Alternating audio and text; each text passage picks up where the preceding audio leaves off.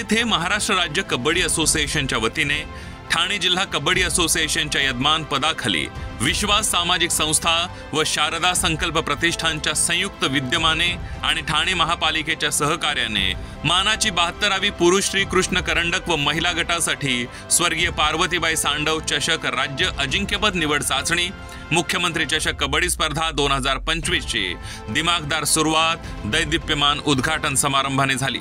कबड्डी स्पर्धेचं उद्घाटन राज्याचे वनमंत्री व पालघर जिल्ह्याचे पालकमंत्री गणेश नाईक यांच्या हस्ते भाजप आमदार संजय केळकर व महाराष्ट्र कबड्डी असोसिएशनचे कार्याध्यक्ष गजानन कीर्तीकर यांच्या प्रमुख उपस्थितीत झालं।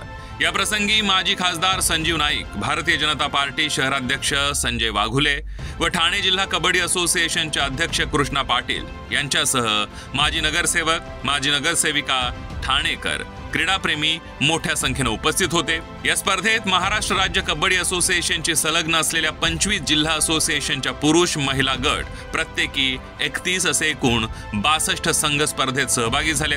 उद्घाटनानंतर मंत्री गणेश नाईक यांनी मीडियाशी संवाद साधला। महाराष्ट्र राज्य कबड्डी असोसिएशनच्या विद्यमाने मुख्यमंत्री चषक आज ठाण्यामध्ये सुरू झालेला आहे। या प्रसंगी इथले स्थानिक आमदार संजयजी केळकर, संजयजी वाघुले, कृष्णा पाटील आणि सर्व पदाधिकारी या ठिकाणी उपस्थित आहेत। ठाण्यानं आपल्या परंपरेला अनुलक्षून मोठ्या प्रमाणामध्ये या ठिकाणी कार्यकर्त्यांचा आणि खेळाडूंचा उत्साह वाढवला।